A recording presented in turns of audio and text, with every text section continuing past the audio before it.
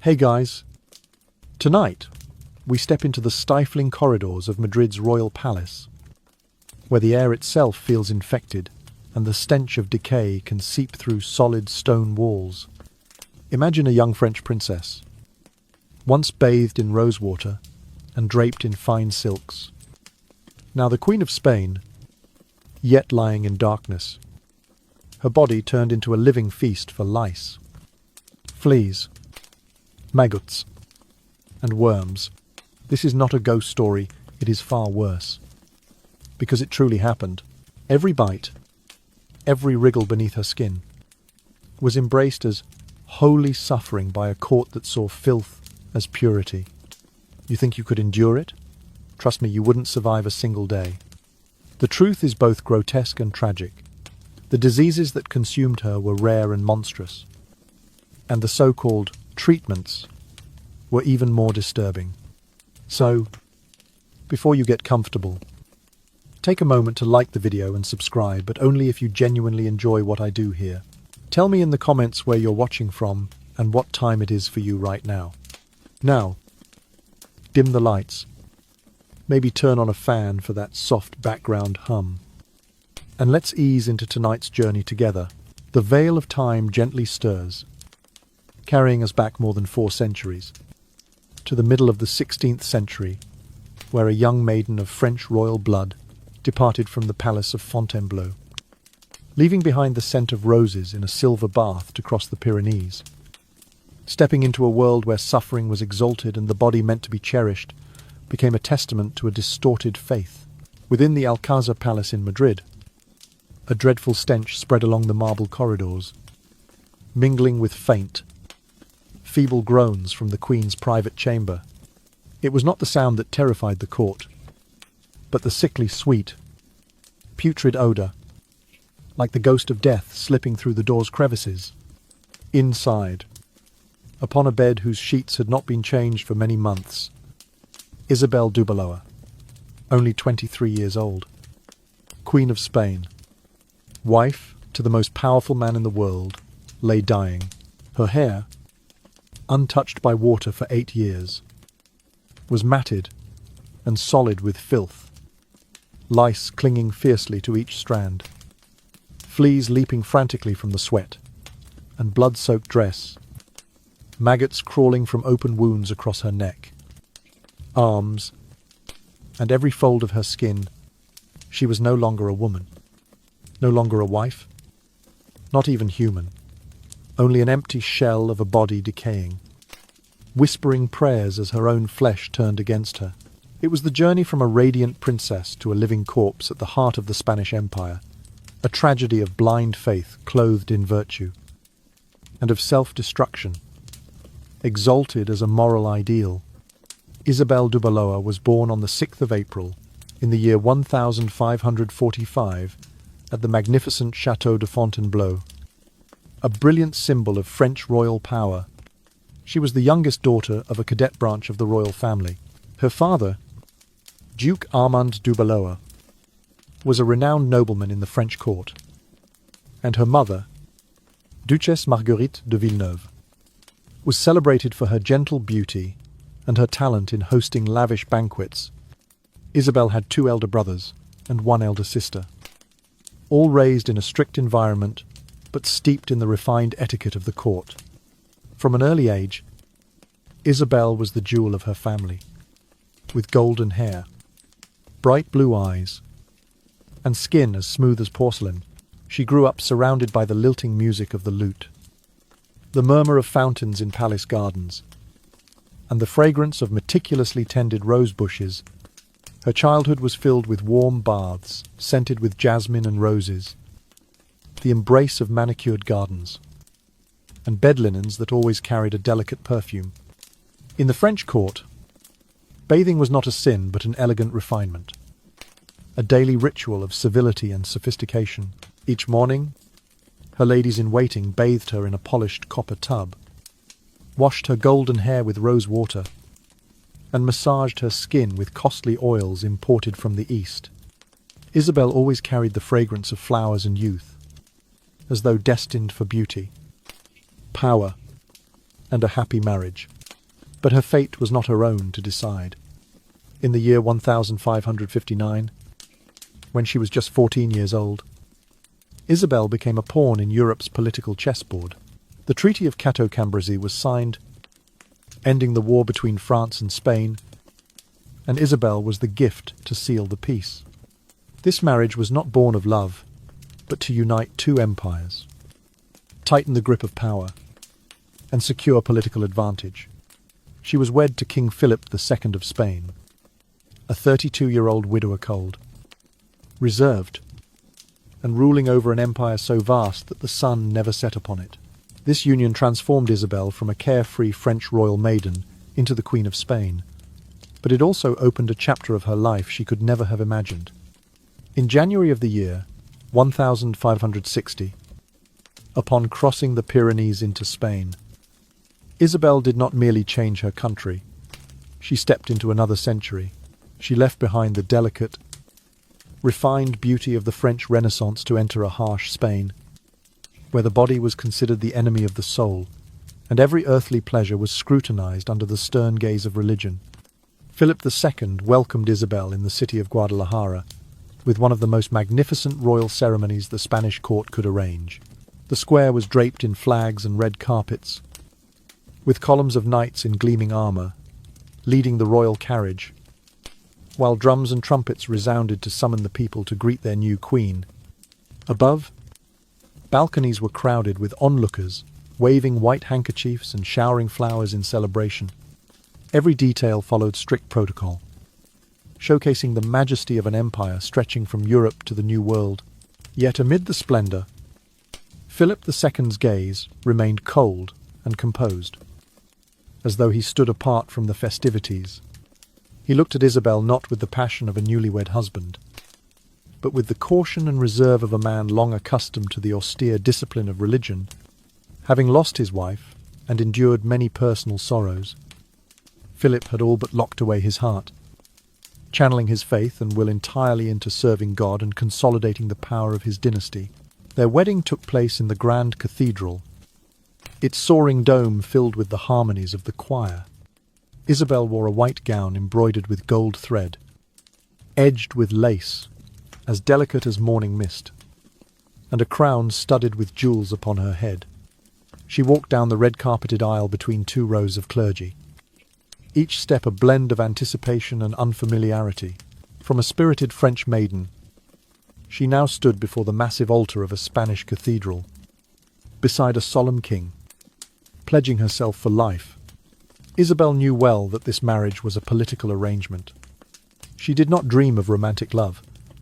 What she sought was status, security for her family, and a role in fostering peace between the two nations. As the daughter of a house tied closely to the French throne, she understood that her choices could never be based solely on personal feelings.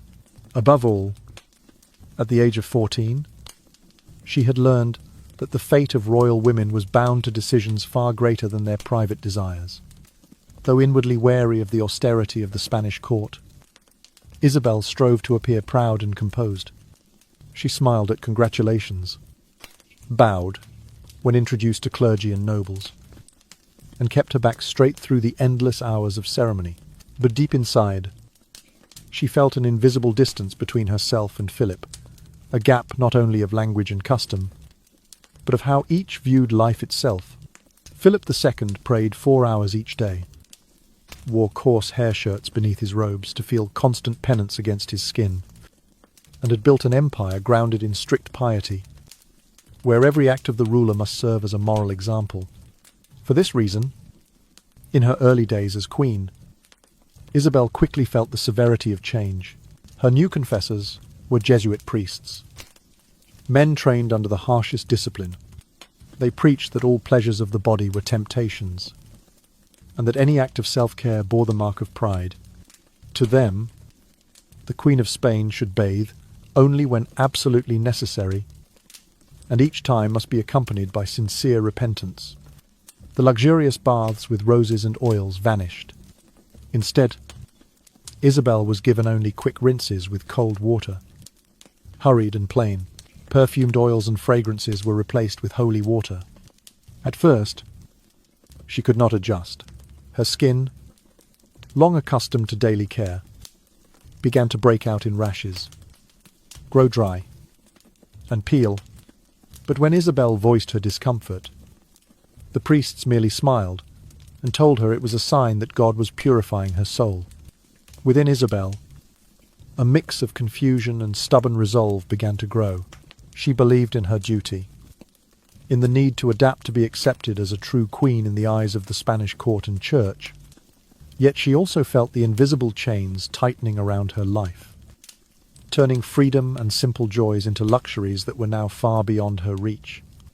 Everything became more serious when Isabel became pregnant for the first time in the autumn of the year 1560.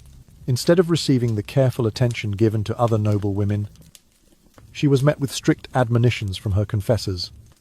They told her that during pregnancy, a woman's body was a sacred vessel, chosen by God to carry a life, and that any action deemed unnecessary could harm the divine balance of the womb.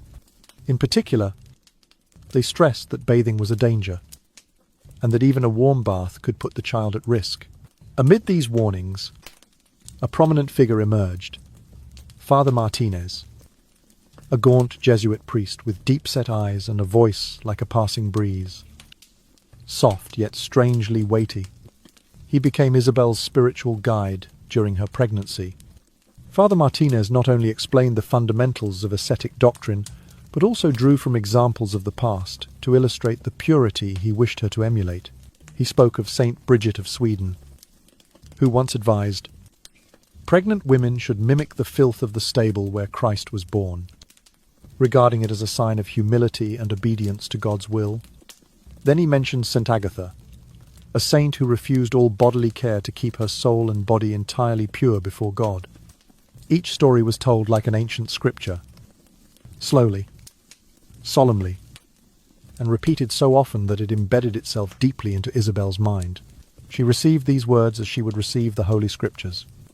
In Isabel's eyes, they were not mere advice, but divine commands. She did not realize that behind these teachings lay the subtle manipulation of men who had never borne the weight of childbirth, yet set rigid standards for the female body. Day by day, the beliefs rooted in her French upbringing and early life began to fade. Isabel gradually came to believe that warm water was an expression of lust. That fragrance was the vanity of the world, and that only suffering could open the path to grace and salvation. She completely abandoned her former habits, no longer looking forward to relaxing baths, no longer cherishing the scents of jasmine and roses that had been with her since childhood. In the eyes of the Spanish court, Isabel was becoming an exemplar of devotion, a young queen willing to give up every comfort, to live a life of chastity for God. But deep down, this was the beginning of an extreme asceticism that would, little by little, erode her health, her spirit, and her very humanity. That autumn, the palace was still bathed in the golden light of late-season sunshine, and religious rituals continued to echo like church bells. But in Isabel's private chambers, the gleaming silver baths had been covered with cloth, and bottles of essential oils and perfumes had been put away. In their place stood a small vial of holy water beside her bed, a symbol of a new life in which bodily cleanliness was no longer valued above the purity of the soul, as defined by her confessors. With one hand resting on her belly, still showing no visible sign of pregnancy, Isabel would close her eyes in prayer every morning and night. She believed that every itch from not bathing, every crack in her dry skin, was proof that she was drawing closer to God's grace. No one around her dared to counsel her otherwise, for any objection would be seen as opposing the will of the Almighty. From that moment on, the path Isabel would walk was set a path where asceticism was no longer a personal choice, but an invisible chain that would bind her for the rest of her life. With the desire to become a model Catholic queen and fully aware that her French origins made her an outsider in the eyes of the Spanish court, Isabel obeyed every instruction as if it were a direct command from God. Her French ladies-in-waiting, who had been with her since childhood, could not hide their bewilderment and sorrow at this extreme change. In particular, Madame de Clermont, who had raised Isabel since she was a child, repeatedly begged and pleaded with her to at least change her undergarments once a week to preserve her health. But Isabel firmly refused, her eyes resolute as she declared, "My body does not belong to me. It is the temple of the Holy Spirit." The fear of failing in her most important duty as queen, to bear the king and heir, drove Isabel into an extreme path of self-denial. She stopped bathing altogether, did not change her clothes, and did not wash her hair. The gentle fragrance once associated with the image of an elegant French maiden was replaced by the overpowering odour of a neglected body, mingled with the musty smell of unwashed fabric. The ladies-in-waiting, who had once cared for her with meticulous attention and affection, could now only weep in silence, as they watched the young woman who had once smelled of roses turn into someone consumed by obsession and self-mortification. At night, instead of resting, Isabel stayed awake to pray, her hands clasped, her lips softly whispering pleas for God to protect the child growing inside the unclean womb she believed she had. Fear and guilt never left her for even a moment. In private hours, she secretly used a cold iron chain to lash her own body until her skin bled. To Isabel, each wound and each drop of blood falling onto the cold stone floor was a sacred offering to the Almighty, proof of her repentance and absolute devotion. Yet all this mortification brought none of the results she had hoped for. On a February night in the year 1561, as snow covered the palace gardens in white, and the cold wind crept through every gap in the doors, Isabel writhed in excruciating pain. The sound of the chapel bells echoed faintly in the distance, mingling with the howling wind, but it could not drown out her sobs. In the flickering lamplight, the ladies-in-waiting, panic-stricken, realized the terrible truth. The queen had miscarried. The room was plunged into a mournful silence. Isabel lay still, her face pale as wax, her eyes dried of tears. But instead of blaming anyone or seeking comfort, she believed with certainty that this was the punishment God had given her, because she was still not devout enough, still not pure enough, according to the sacred standard she had set for herself. The confessors, when informed, made no effort to soothe or console her. On the contrary, they affirmed that Isabel still carried in her the vanity of a French woman, traces of a life she had once lived, when she still loved beauty and elegance, and if she truly wished to earn God's favour, to fulfill the duties of a Catholic queen completely, then her sacrifice and renunciation would have to be even greater. From that cold February night, a new weight pressed upon Isabel's mind. It was not only the grief of losing her child, but also a bitter reminder that all her efforts were still not enough in the eyes of God, nor in the eyes of those who watched her with both severity and suspicion. And Isabel, with all her absolute faith, once again stepped deeper into a path of self-denial whose end she could not foresee. After the loss of her child, Isabel completely abandoned herself, plunging into an ascetic regime bordering on madness. Her fingernails grew long, yellowed, curling like small hooks, easily breaking and bleeding whenever they brushed against her skin. Her unwashed hair turned into a matted, greasy clump, releasing a pungent mix of rancid oil and damp sweat. The once smooth skin was now covered with boils and scabbed, festering sores marks she believed to be proof of her holiness and devotion. Isabel no longer regarded her body as her own. In her mind, it belonged to God, to suffering, to the path toward heaven. When lice appeared at first, tiny and barely noticeable, they quickly multiplied in her filthy hair, feeding incessantly on her blood. Isabel called them little crosses, sent by God to purify her soul. When her ladies-in-waiting, trembling, offered to comb her hair clean, Isabel firmly shook her head, her eyes gleaming with unyielding resolve. She believed killing lice was also a sin, for they were fulfilling the mission the Almighty had given them. Her body odor grew heavier, spreading through every room she entered. The fabric of her clothing, already worn thin from never being changed or washed, was soaked with sweat, dirt, and dried blood from scratches. Yellow, blotchy stains became the garment of mortification she wore each day. The ladies in waiting, once accustomed to the elegance of a French maiden, now fought back tears while serving her. For a single breath near her was enough to make them faint. Isabel's meals became equally austere. She refused fine, nourishing dishes, eating only dry bread and drinking plain water. When advised to eat meat or drink milk to regain her strength, Isabel replied softly, like a prayer, "When the soul is full, the body has no need." At night, instead of lying in a warm bed, she spread a thin mat on the cold stone floor, letting her body absorb the bone-chilling cold as a form of penance. On feast days, when the entire court knelt in the chapel, Isabel stood out, not for glittering jewels, but for her gaunt frame and the dense odour surrounding her. Some courtiers whispered behind her back, mockingly calling her a living saint, while others truly believed she had reached a special state of piety, whether it was reverence or disdain. Isabel's expression remained serene, as if those words had nothing to do with her. The lice spread from her hair to her neck. Then beneath the layers of her garments, the red, stinging bites often woke her in the night. But instead of driving them away, she smiled in acceptance. She saw every itch as a reminder of the smallness of the body before God's will. When a young lady in waiting, unable to bear the sight, knelt and begged her to let them wash her hair, Isabel simply placed a hand on the girl's head and whispered, "You do not understand this is a blessing.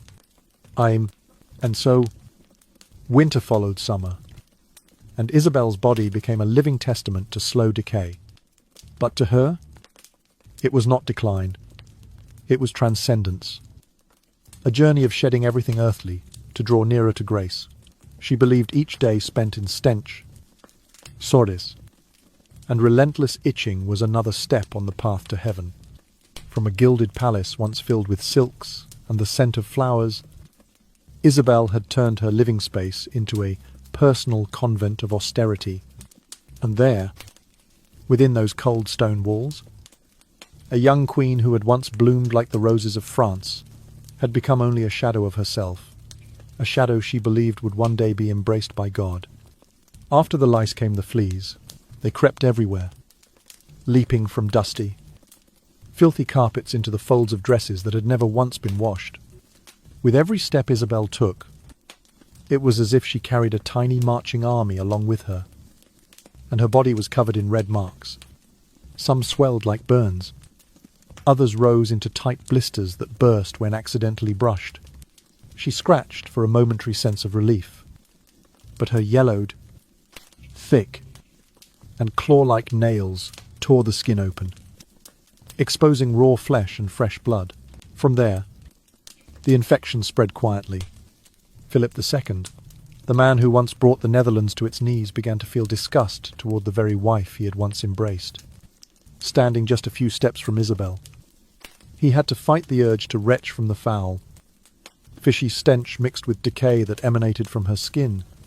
At first, he found subtle ways to avoid her, citing affairs of state, taking long journeys, or lingering in extended prayer.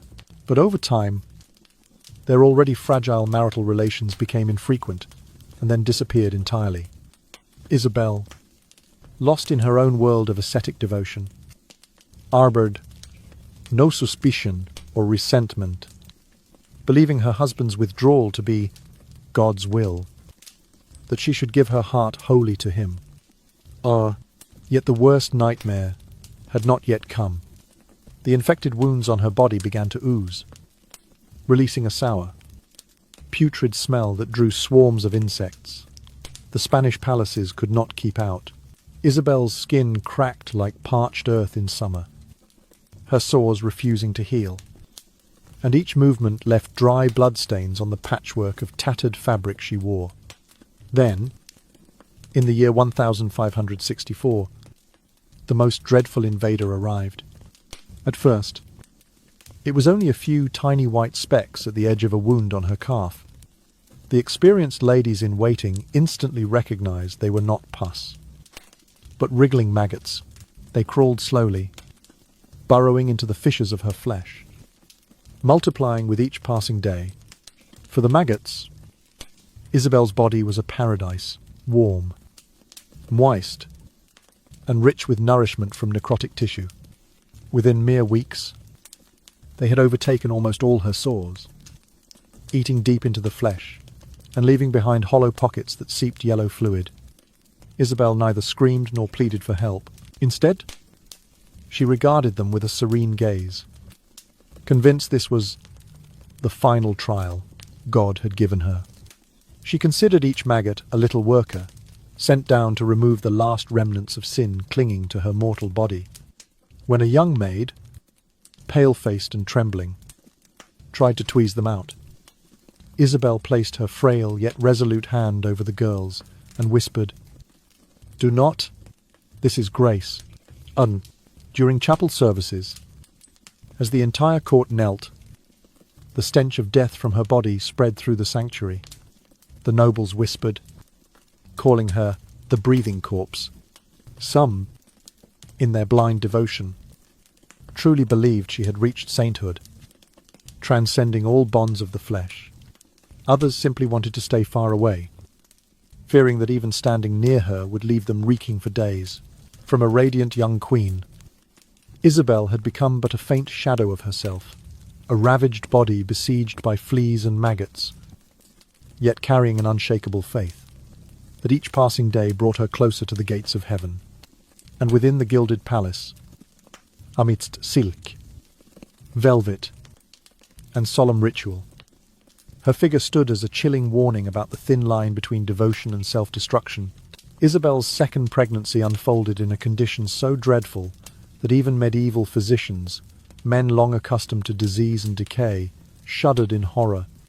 The once luxurious gowns she had worn now stiffened into repulsive armor, fused together by a mixture of sweat, blood, pus, and yellowish fluid. Fine French silk, once smooth and lustrous, had rotted into greenish-grey rags, releasing a rancid, musty stench. The intricate gold embroidery was buried under thick, damp, clinging filth. Fleas leapt and danced between the folds as if performing a miniature circus, while lice travelled in long columns from her hair down her collar and into the seams of her clothing. Pearl necklaces, once polished to a brilliant sheen to display royal authority, had lost all lustre, dulled by layers of grease and dried blood. Silk shoes, symbols of Spanish nobility, had decayed from the inside, the linings peeling away and mingling with a foul odour so strong that she could no longer wear them. Isabel was forced to walk barefoot along the cold, damp stone floors of the palace, leaving behind dark, wet stains of blood and pus. With every step, these footprints quickly reeked, drawing flies and other insects. Turning the corridors, she passed into paths of death that everyone avoided. Worse still, the maggots no longer confined themselves to the surface of her wounds. They burrowed deeper, slipping beneath the skin, tunneling through her flesh, and nesting within necrotic tissue.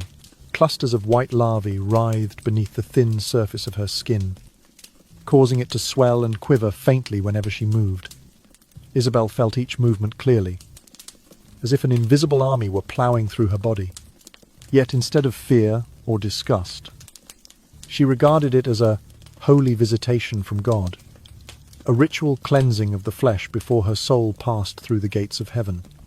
The physicians, hardened by the stench of battlefield wounds and rot, still winced when approaching her. They advised cutting away the dead flesh, fumigating the body to kill the insects. But Isabel refused, declaring that any intervention would defy God's will.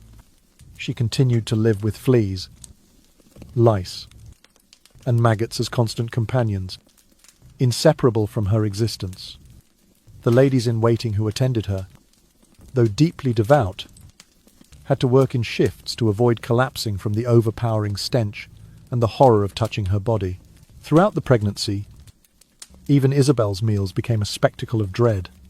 She rarely used utensils, preferring to scoop food with her rough, dry hands, her yellowed nails still crusted with dried blood and pus from scratching at her sores.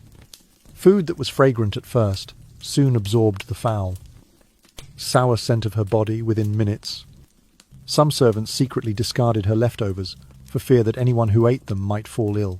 The sharp pain when maggots bit deeper into her flesh sometimes made Isabel moan softly. Yet she would smile, whispering Latin prayers as though each bite were a prayer sent to heaven. When the unborn child stirred inside her, she believed it was sharing in the mother's trial and would be granted a special blessing at birth. In her eyes, all physical suffering was merely a ticket to eternal salvation. The palace, once a stage for the grandeur and authority of the Spanish court, had become a cage housing, a form slowly rotting away. Marble corridors no longer echoed with lively footsteps, only whispers. The drone of insects, and the lingering stench remained. Amid this decay, Isabel maintained a chilling serenity, half a saint, ready to offer herself up. Half a grim reminder of the price paid when faith stretches beyond the limits of life itself. The royal physicians, when they summoned enough courage to approach, could see undulating patterns beneath her skin, clear signs of maggots shifting within. Her arms were ridged with parallel lines, and her neck visibly pulsed with the swell of larval nests. When she spoke, flies would emerge from her mouth. When she coughed, her spittle carried tiny, glistening eggs. Dr. Olivares wrote in his diary, "Her Majesty is no longer human, but a kingdom of insects, yet against every law of nature." The second pregnancy carried to full term. On the 12th day of August, in the year 1566, in a chamber thick with the stench of death, Isabel gave birth to her daughter, Infanta Isabel, Clara Eugenia, a miracle not because the child was born, but because she emerged entirely healthy, untouched by the pestilence that had claimed her mother's body as a living hive.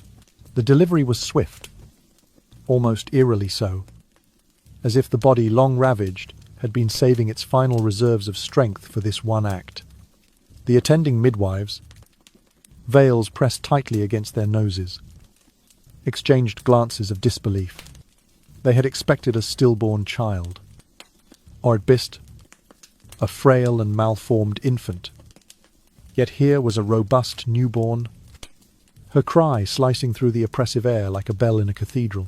The baby's skin was clear, air-lime strong, and her eyes, though still clouded by birth, held a brightness that contrasted sharply with the dimming light in her mother's gaze.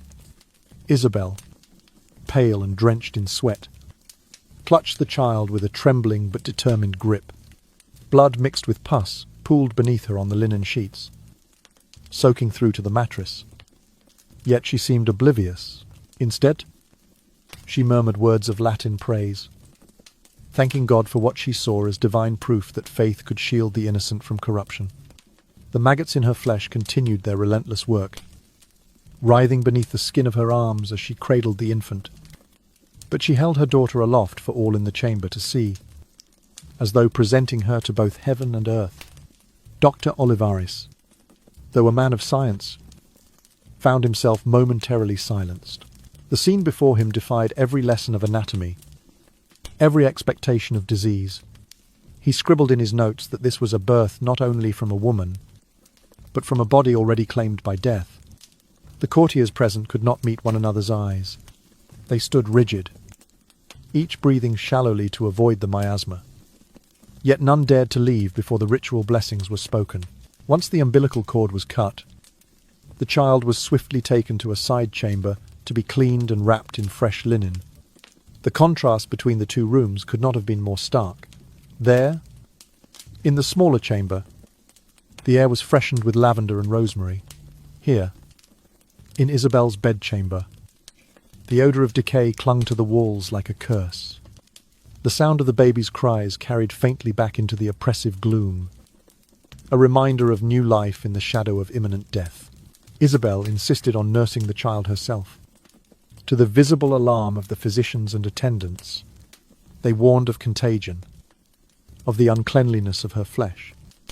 But she would not hear it. "If my body has served as her temple these 9 months," she said hoarsely, "then it shall serve her still." She pressed the infant to her breast, the baby's small mouth latching instinctively, oblivious to the sores and discolorations that marred the skin around the areola. The act was both tender and horrifying. Flies circled lazily above, occasionally landing on Isabel's face or shoulders. One of the midwives, unable to bear it, turned away and retched softly into a kerchief. Yet Isabel's expression was one of serene triumph, as though the presence of her child had erased all pain, all decay, all fear. Outside the palace, the bells of Madrid rang to announce the birth of the Infanta. Messengers were dispatched to Philip II, who received the news with a mix of relief and unease. A healthy heir was a blessing to the Habsburg line, but whispers about the Queen's condition had already begun to spread beyond the palace walls. Some called it a miracle, others a blasphemy. Still others, a sign that God's favour had shifted in mysterious ways. That night, Isabel refused laudanum or any other pain-dulling draught. She wished, she said, to feel every throb, every sting of her wounds, as a reminder that her suffering had not been in vain. The maggots, disturbed by the contractions and exertion of birth, shifted restlessly under her skin, causing visible ripples along her abdomen and thighs.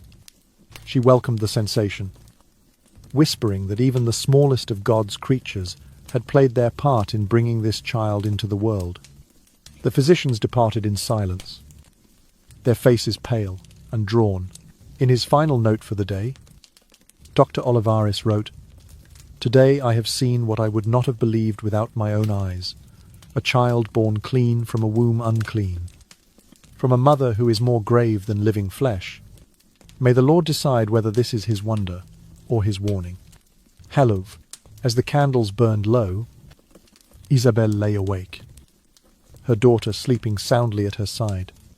Outside, the summer night was alive with the hum of insects, a sound mirrored within her own body. She listened to both, feeling as though the walls between her and the natural world had dissolved entirely. In that mingling of life and decay, she found a strange, unshakable peace. When the child was placed upon her mother's chest, she let out a piercing wail.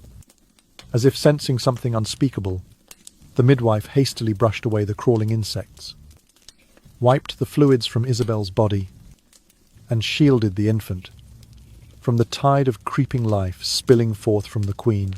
With each contraction, maggots tumbled onto the blood-soaked sheets, while swarms of flies thickened in the air, dimming the candlelight into a flickering haze. But this miracle carried a price. The act of childbirth drained the last reserves of strength from a body already eroded by years of infestation. The tear from delivery did not heal. Instead, it turned black almost immediately, the flesh dying before the physician's eyes. It became an open gate for a new wave of parasites. Instead of fresh blood, a thick, tar-like fluid seeped from the wound, its stench so potent it drew flies from every corner of the palace. The air itself seemed poisoned, clinging to the lungs of all who entered. The French ladies in waiting, who had remained steadfast through the long years of horror, began to drift away, their loyalty buckling under the strain. The newly appointed Spanish attendants, unfamiliar with the Queen's condition, rarely lasted more than a few days. To care for Isabel now was not mere service, it was a form of martyrdom. Even the royal physicians came less frequently. Their visits brief and perfunctory, they spoke little, their faces hidden behind layers of cloth soaked in vinegar to mask the odour. Dr. Olivares, who had once meticulously recorded every detail of her decline, now kept his entries short. As though reluctant to relive the sights and smells that haunted the chamber, he wrote, "Her Majesty's body is no longer a patient to be healed, but a host to be endured until the inevitable I, Isabel, however, did not retreat into silence. She continued to insist on seeing her daughter each day, demanding that the infant be placed in her arms despite the protests of the wet nurses and attendants. The child, swaddled tightly and smelling of lavender oil, would squirm and whimper at her touch. Isabel would rock her gently, whispering prayers in a hoarse voice. Oblivious to the flies that settled on her own skin and hair, her appearance had grown more ghastly in the weeks following the birth. The wounds from childbirth spread like a dark tide, the skin around them splitting into fissures that oozed steadily. Maggots nested deep within, and the movement of their bodies could be seen beneath the thin, stretched skin, creating ripples across her abdomen and thighs. The smell was suffocating, an amalgam of decay, blood, and something acrid that no herb could mask. The palace staff began to take measures to isolate her quarters. Heavy curtains were drawn and windows sealed to prevent the infestation from spreading, though the buzzing of flies could still be heard through the fabric. Servants left food outside the door, retreating quickly before the stench could cling to their clothes. Despite these conditions, Isabel spoke of her state as though it were a divine burden, a test sent from God. She told the chaplain, "If I am to be the vessel of suffering, let me also be the vessel of grace. Let every creature that feeds on me find its purpose fulfilled." Her faith, twisted through the lens of her affliction, became an unshakable armour against the pity and horror in the eyes of those around her. The court, meanwhile, was split. Some whispered that the Queen's survival, if it could be called that was a miracle, meant to inspire the faithful. Others muttered that it was a curse, a sign of divine displeasure with the crown. Philip II, though officially silent on the matter, was said to visit her less and less, his presence in her chamber lasting no more than a few moments before he excused himself. In the nursery, the Infanta grew strong, cared for by a team of nurses who guarded her health with almost obsessive diligence. The baby's cheeks were plump, her eyes bright, a living proof that she had escaped the fate of her mother. Yet as she grew, the contrast between mother and child became a subject of fascination and unease among the courtiers. Some feared the child might one day bear the mark of her mother's affliction. Others saw her as a symbol of renewal, untouched by the rot that had claimed the Queen.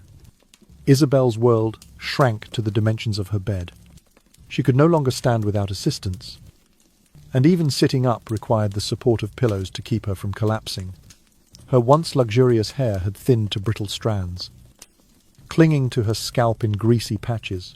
The crown jewels, once worn with splendour, now lay untouched in their cases, her adornments reduced to the living swarm that claimed her flesh. By the end of the second month after childbirth, the number of attendants willing to enter her room had dwindled to 3. A single midwife, a chaplain, and an old nurse who had served her since before her marriage. They worked in shifts, each emerging pale and trembling after their hours within. The rest of the palace avoided the Queen's wing entirely, save for the occasional messenger bearing news from the court. Yet even in this state, Isabel clung to her child as her sole anchor. Each day, at the same hour, she would insist the baby be brought to her. The midwife, hands trembling, would lift the swaddled infant into the Queen's arms, careful to keep the fabric from brushing against the wounds. And each day, the Queen would gaze at her daughter with an expression of fierce, almost defiant love, as if daring death itself to come between them. It was a love bound not by the warmth of a mother's embrace, but by the shared air of a room where life and decay coexisted, two forces locked in a fragile, terrible balance. In the end, only two remained at Isabel's side. One was Sister Maria de la Cruz, a devout nun who believed the Queen's agony was a form of sanctity, a living testament to divine will. The other was Hannah Lopez, an elderly servant whose fortune, if it could be called that, was the total loss of her sense of smell years before. Together, they maintained the fragile illusion that Isabel was still a queen, still fully human. They wore gloves to touch her, smoothing the damp sheets and arranging her hair as best they could. Sister Maria would press a drop of holy water against Isabel's cracked lips, whispering prayers as if each bead of moisture were a blessing. Hannah, with hands worn and steady, would gently lift away the largest maggots that tumbled from her thighs and arms, placing them into a small basin to be discarded. Their care was deliberate, almost ceremonial, as though preserving the dignity of a body already claimed by another realm. Outside the chamber, rumours spread through the court like wildfire, yet the whispers carried not only disgust, but something stranger, reverence. Among the nobility, there was talk of a holy scent, likened to the perfumed air, said to have surrounded the martyrs at their deaths. They said the Queen was no longer merely suffering, she was transforming into a saint, enduring torment for the glory of God. But the truth was far more horrifying. Isabel was dying, in the most literal sense, being eaten alive by the creatures she welcomed in the name of a faith twisted beyond recognition. Her body was no longer a fortress of royal flesh, but an open feast for the crawling, gnawing multitudes she had come to regard as spiritual visitors. Sister Maria prayed louder now, her voice breaking at times, yet never faltering in rhythm. She told the Queen that her pain was an offering, that each bite and burrow was a pearl in the crown of her eternal reward.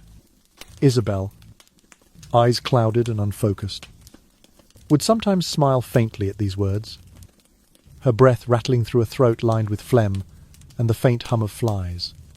Hannah's role was quieter, but no less essential. She changed the linens when they became too soaked to bear weight, her hands moving with the practiced efficiency of one who had long ceased to be startled by the sight of decay. She never complained, never recoiled her, lack of smell shielding her from the stench that kept others at bay. For her, the Queen was not a miracle or a horror. She was simply a woman in need of care, and Hannah would not abandon her. The chamber had become a place apart from the rest of the palace, a dim, enclosed world where time seemed to stretch and fold upon itself. Candles burned at all hours, their light barely piercing the haze of smoke and the drifting bodies of flies. The air was warm, thick, and still, punctuated only by the murmured prayers and the wet, faint sounds of movement beneath Isabel's skin. Sometimes, in the rare moments when strength returned to her voice, Isabel would speak of her daughter. She would ask if the child was thriving, if her hair had begun to curl like her father's, if she smiled in her sleep. Sister Maria would answer with gentle affirmations, though the Queen never asked to see the child any more. Perhaps she knew the sight might frighten the infant, or perhaps she wished her daughter to remember her not as she was now, but as she had been. Outside, the perception of the Queen as a living saint continued to grow. Pilgrims began to gather at the gates, hoping for a relic, a blessing, or simply a glimpse of the suffering monarch. The palace guards turned them away, but the stories persisted, of a woman so pious that God allowed her to suffer in his name, her body sustained only by divine will. Inside, there was no such grandeur. Sister Maria and Hannah watched her grow weaker with each passing day. The flesh around her wounds deepened in colour, turning first to shades of purple, then black. The movements of the maggots slowed, not for lack of vigour, but because there was less living tissue left to consume.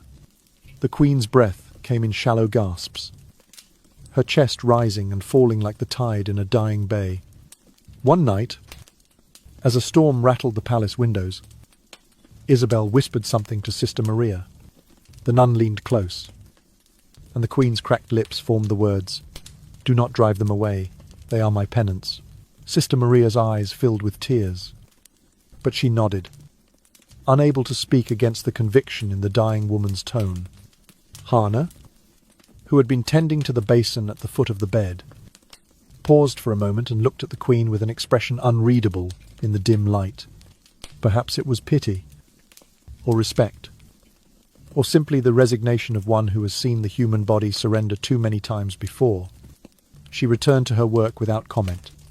In the final days, Isabel rarely moved at all. Her gaze drifted toward the ceiling, where the candlelight wavered in soft halos. The insects, sensing the nearness of the end, seemed to gather more densely, as though anticipating the last feast. Sister Maria never left her side, her voice steady in prayer. Hannah kept the sheets as clean as possible, knowing soon there would be no more need. What the court called holy scent was, in truth, the smell of life leaving a body slowly, stubbornly, in the company of the creatures Isabel had embraced as her companions to the very end. In the summer of 1568, Madrid became a furnace. The oppressive heat did not simply linger in the air, it accelerated the corruption of Isabel's body. What had once been a stench contained within her chamber now seeped relentlessly through the palace walls, curling into every corridor, saturating the stone, the plaster, and the very air itself. Servants moved quickly through the halls with cloth pressed to their faces, but no perfumed water or burning incense could conquer the scent. Isabel could no longer rise from her bed. Her legs, grotesquely swollen from infection, could not bear even the lightest weight. They buckled beneath her at the smallest attempt to stand. Her feet had long since darkened in hue. The skin stretched tight, hot, and slick, mottled with patches where the flesh had begun to soften and break. Her hands were a landscape of fissures and sores. The skin split into jagged maps of suffering. They trembled not from weakness, but from the restless life beneath them, worms squirming under the nail beds, pressing upward in a frantic search for air. Sometimes one would emerge, pale and glistening, before Hannah could intercept it with the cloth she always kept ready. Her hair, untouched by water for 8 long years, had hardened into a single, matted mass.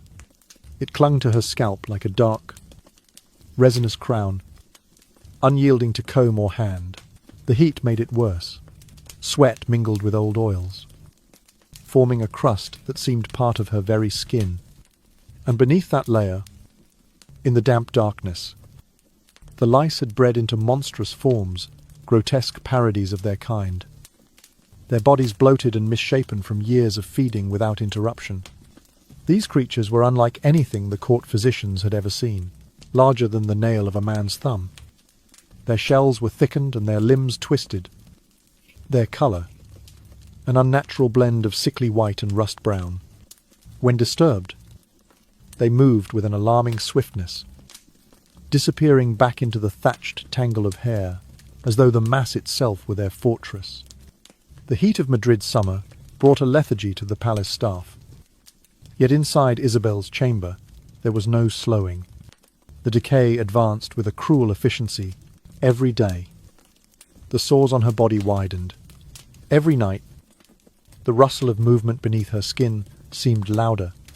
The buzzing of flies became a constant hum, a sound so steady that those who remained inside the room for long hours ceased to hear it at all, until a sudden swarm would lift in unison, clouding the candlelight and brushing against the faces of the living. Sister Maria remained steadfast, her prayers never ceasing. She spoke to Isabel as though nothing in her tone should suggest the horror before her eyes. Hannah, unaffected by the smell, focused entirely on her duties, changing the linen, swatting a fleece, wiping away fluids that could no longer be called blood. But even she could not deny the change in pace. The way the insects seemed to grow bolder, more numerous, more insistent with each passing day. From the outer halls, Courtiers whispered of a curse. Some claimed the heat was divine punishment upon Madrid for allowing the queen to suffer so. Others murmured that it was proof of her sanctity, that the fire of heaven was purifying her flesh for the life beyond. Still, none dared enter her room, except the two who had long since accepted the reality within. The sound of her breathing had changed, no longer the steady rasp of endurance. It came now in irregular bursts, each followed by a pause long enough to stir fear. Her lips, cracked and darkened, barely formed words anymore. When she did speak, it was often to murmur fragments of prayer or to call, faintly, for her daughter, always in the same tone, as if speaking to the air between them. The infection in her legs spread upward, discoloring the skin of her thighs and hips. The swelling distorted her once delicate frame into something almost unrecognizable. Beneath the surface, the movement of parasites could be seen, a slow undulation, a shifting of flesh that was neither breath nor muscle. The sight made even seasoned attendants avert their eyes. The lice beneath her hair seemed to multiply faster in the heat. At times, Hannah would lift a lock in an attempt to relieve the itching that caused Isabel to scratch until she bled. As she did, the creatures would scatter in a flurry, some tumbling onto the pillow, where they would crawl frantically until swept away. No matter how many were removed, there were always more, their numbers unbroken by any effort to diminish them. Through it all, the Queen's face retained a strange serenity, whether from delirium, faith, or resignation. She met the eyes of those who served her without fear. Her gaze, clouded though it was, seemed fixed beyond the confines of the chamber, as though she were already in conversation with something no one else could see. The summer heat pressed on. The palace air hung heavy, laced with the smell that had become as much a part of the building as its walls. In the streets of Madrid, the people spoke of the Queen as if she were a figure of prophecy, either an omen of God's wrath or a vessel of his mercy. Inside her chamber, however, there was no prophecy, no miracle, only the slow, relentless progress of decay under the merciless weight of a midsummer sun. In July of 1568, a new horror emerged. Isabel began to vomit worms. At first, it was only a few small ones, thin, pale creatures that caught in her throat, making her cough and choke when she tried to speak. But within days, they came in larger numbers, writhing and slick, spilling out in clumps each time her mouth opened. They slid over her lips, tumbled down her chin, and dropped onto the bedding, where Hannah, ever silent and steady, swept them away with a cloth as if clearing crumbs from a table. The sight alone was enough to drive the strongest-willed attendants from the room. The sound was worse, the wet rustle of movement as the mass shifted in her mouth before being expelled. Sister Maria continued her prayers, eyes lowered, hands clasped so tightly the knuckles turned white. She spoke to Isabel in a calm voice, as though willing her to see something beyond the grotesque reality consuming her body. News of her decline reached King Philip II. Though he had long avoided the chamber, fearing both the stench and the sight, he resolved to see his wife one final time. His arrival stirred a tense silence in the palace. Guards stepped aside, and servants bowed low as he approached the Queen's quarters. The heavy wooden door was opened, and at once the air from within escaped, like a living thing, dense, hot, saturated with the odour of rot, waste, and the sickly sweetness of advanced decay. Philip's steps faltered. He had braced himself, but no preparation could have been enough. The smell was not merely unpleasant, it was suffocating. A physical force pressing into his chest, pricking at his eyes, coating the back of his throat. His vision swam, and before he could take another step, his knees buckled. Courtiers rushed forward to catch him as he collapsed in the doorway. The sight of his pale, Slackface adding to the murmurs already circling the court. He did not try again. On the 3rd day of October, 1568, Queen Isabella Dubaloa's breath faltered. It came in short, shallow bursts, each weaker than the last, until finally there was nothing. Sister Maria, still holding her hand, whispered the last rites through tears. Hannah, unmoving, pressed her palm gently to the Queen's chest, feeling the stillness beneath. The flies quieted for a moment, as if the room itself were holding its breath. Yet death did not bring stillness to the body. Even as her heart stopped and her skin cooled, movement persisted beneath the surface. The parasites that had claimed every inch of her flesh did not recognize the end of their host. They continued to burrow, to twist, to feed, to multiply, from the corners of her eyes, from the edges of her mouth, from the folds of her skin. They emerged and withdrew again, as if the Queen's body were no more than a decaying earth in which they thrived. Those present were torn between horror and awe. The priests who attended her declared, without hesitation, that she had died in the odour of sanctity. They claimed her long suffering was a divine test, that her endurance had purified her soul and opened the gates of heaven. The smell, though, to most unbearable, was, to them, a sign of holy transformation, proof that her body was a vessel for divine mystery rather than mortal corruption. Word spread quickly through Madrid. The people, who had long whispered of her condition in secret, now spoke openly of the Queen as a saint. Some made the sign of the cross when passing the palace, convinced that the heat and the stench were not of decay but of celestial fire. Others shook their heads in disbelief, unwilling to see anything but tragedy and the slow destruction of a woman who had once been a symbol of grace and beauty. Inside the chamber, however, there was no room for such illusions. The linens were changed one final time. Though the smell could not be lifted, the body was prepared for burial, though preparation meant little when the skin tore so easily at a touch, and the creatures beneath it surged restlessly with every movement. Candles burned at the head and foot of the bed, their light flickering against the darkened walls, their wax pooling like small lakes on the table beside her. Sister Maria knelt beside the bed until the very end, her prayers flowing without pause.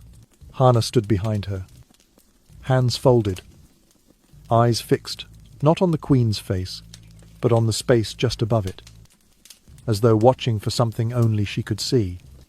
Neither woman flinched when another wave of worms slipped from the Queen's lips and landed with a soft patter onto the shroud.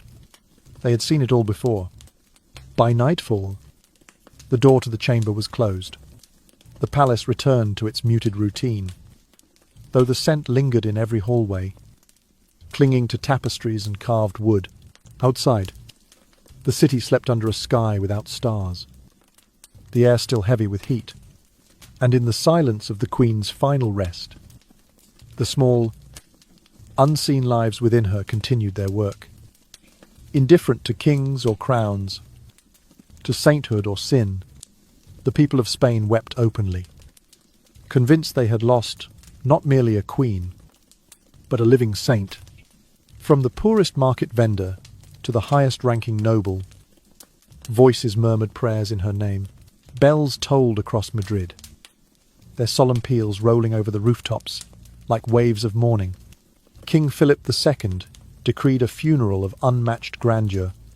Gold-draped banners hung from the palace balconies, and the streets were carpeted with petals to receive the procession. Priests in rich vestments sang hymns of exaltation, their voices echoing beneath the vaulted ceilings of the cathedral. The courtiers, clad in black, wept into their lace handkerchiefs.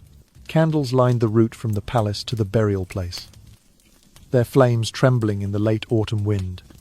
All was designed to cement the image of Isabel as a woman whose suffering had lifted her beyond mortal bounds. No one recorded the truth that Isabel was a victim. No one dared write that she had been destroyed by a system that sanctified self-denial and punished self-love. Her agony had been reframed as divine virtue, her bodily decay as proof of holiness, the whispers of infestation, the years without cleansing, the deliberate embrace of parasites, all were silenced beneath the sweep of ceremony and scripture. Her life, in the eyes of the church, was not a warning but a model. The court scribes, instructed to immortalize her, omitted every detail that might soil the legend. In their pages, there was no mention of the stench that could empty a room, the worms that writhed upon her lips, the swarm that made her body their home. There was only purity, humility, and a sanctity achieved through unimaginable endurance. 3 centuries later, the truth began to stir. In the 19th century, when the Vatican declassified certain long-sealed archives, historians found among the brittle papers a dossier unlike any other. The petition for the canonization of Isabel Dubeloa, bound in cracked leather and yellowed with age. It bore the marks of time and the faint scent of incense long faded. The documents revealed how, in the 17th century, theologians had praised Isabel's life as a perfect example of holy asceticism. They had written of her refusal to bathe as though it were a vow made in the language of angels. They lauded her willingness to let parasites feed upon her flesh as a triumph of spirit over vanity. They exalted her acts of self-flagellation as proof of her devotion to Christ's own suffering. To the authors of those treatises, the details that might sicken others were instead emblems of grace. The sores, the infestations, the unwashed hair crawling with lice, they became, in the rhetoric of the faithful, the marks of a chosen soul. The imagery was almost ecstatic. Isabel as a vessel emptied of earthly beauty, filled instead with the fire of divine love. Isabel as the earthly bride of Christ, adorned not with jewels but with wounds. The petition spoke of her odour of sanctity, without acknowledging that it was the stench of rotting flesh and unwashed skin. They ignored the cries of servants who had fled her chambers, recording only the steadfastness of those who remained. They framed her life as a deliberate pilgrimage into suffering, as though she had chosen every step willingly, rather than being shaped and broken by those who told her this was the only road to salvation. For centuries, the myth endured. Religious painters rendered her pale, thin face with halos of gold leaf, omitting the crawling life beneath her skin. Hagiographers wrote of her miracle of endurance, without describing the living death it entailed. Pilgrims prayed at her tomb, seeking healing, unaware or perhaps unwilling to believe that her suffering had been not a gift from God, but a consequence of human cruelty, sanctified by ritual. By the time modern scholars pieced together the real story, the legend had sunk deep into the cultural memory. The documents that revealed her as a victim were fragile, almost disintegrating in the archivist's hands. Yet they were clear enough. The testimonies of attendants, the confessions of physicians, the quiet admissions of clerics who had seen her in the final years. They told of a woman whose body became a battleground between superstition and survival, whose mind had been shaped by relentless spiritual manipulation until she welcomed her own destruction. And so, 300 years after her death, Isabel Dubeloa stood at a strange intersection of memory. To some, she remained the holy queen who died in the odour of sanctity. To others, she was a tragic figure, a woman devoured in life, embalmed in myth, and buried beneath the weight of a lie told in the language of piety. The truth, at last, was no less haunting than the legend, and perhaps far more human. But the truth hidden for hundreds of years was that Isabel Dubeloa was no saint. She was merely a young woman who had been taught to despise her own body in the name of God, to let it rot under the belief that suffering was virtue, to trade away her humanity for sanctity, and in the end to lose both. She was the girl who arrived in Spain with roses in her hair, and who died with maggots in her mouth. The most chilling part is that her story still echoes into the 21st century. Today, There are still those who destroy themselves under the weight of religious extremism, women taught to endure, to disappear in order to keep their purity, men and women who starve themselves, flagellate themselves, or shun their bodies because they believe holiness demands pain. The same twisted logic that ensnared Isabel still breathes in pockets of the modern world, cloaked in the same language of piety that once damned her. The centuries have changed the garments but not the pattern. In some corners, young girls are told that their worth lies in their ability to suppress desire, erase individuality, and turn their bodies into vessels emptied of self. In others, young men are taught that true devotion requires breaking the flesh, bleeding for an unseen reward. In both cases, the body miraculous in its living design is recast as an enemy to be subdued, conquered, or annihilated. Isabel's story is not an artifact of a dark, distant past. It is a mirror that still reflects our present. Her life, stripped of its myths, becomes a warning written in flesh and bone. When asceticism is mistaken for virtue, death does not come in grace or salvation. It comes with decay, delirium, and the stench of a betrayed humanity. The odour of sanctity becomes, in truth, the smell of a body abandoned by compassion. What is exalted in sermons becomes grotesque in reality. What is praised from the pulpit becomes monstrous in the dim light of a sick room. Isabel's tragedy lies not only in what was done to her, but in how it was sanctified. It was not an accident that her suffering was transformed into a holy spectacle. It was the design of a culture that equated self-erasure with moral perfection. The hands that should have lifted her up instead pushed her deeper into a pit disguised as a staircase to heaven.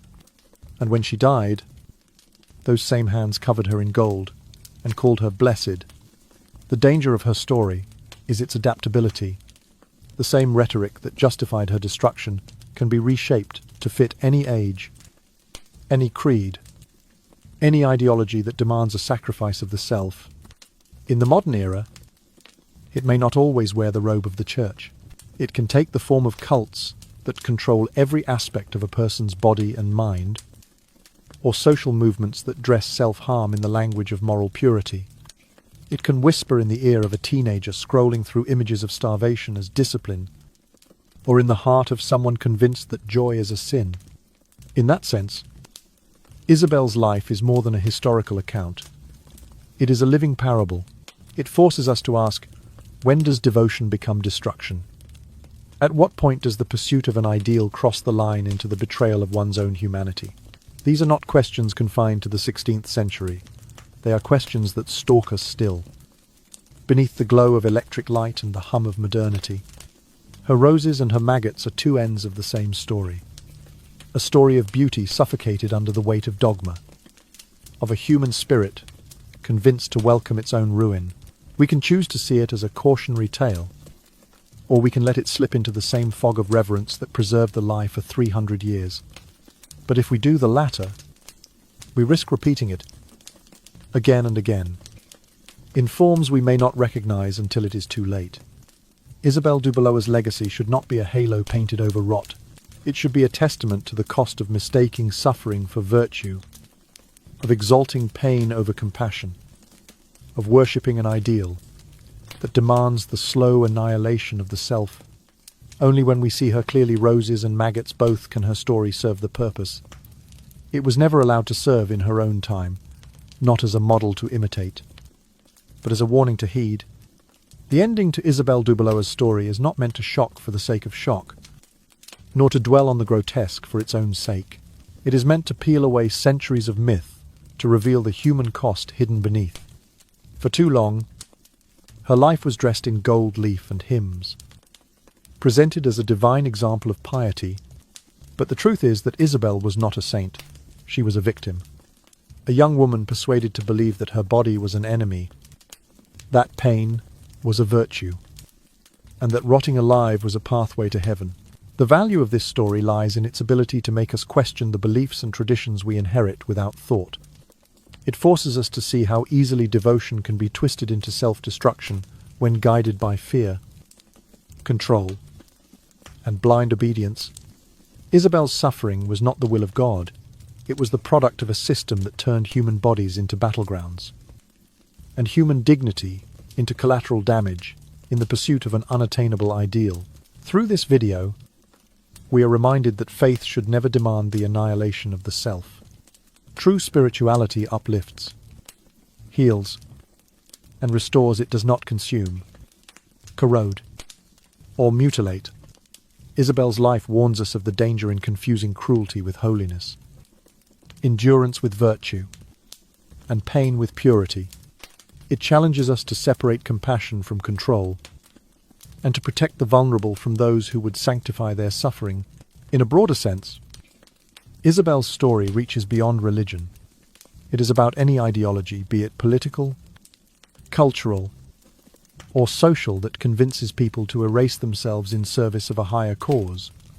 It is about the human tendency to glorify suffering when it fits a narrative we want to believe, while ignoring the person who suffers. The lesson is clear. We must look beyond the stories we are told, especially when those stories make heroes out of victims. We must be willing to question authority, tradition, and even our own assumptions when they lead to harm.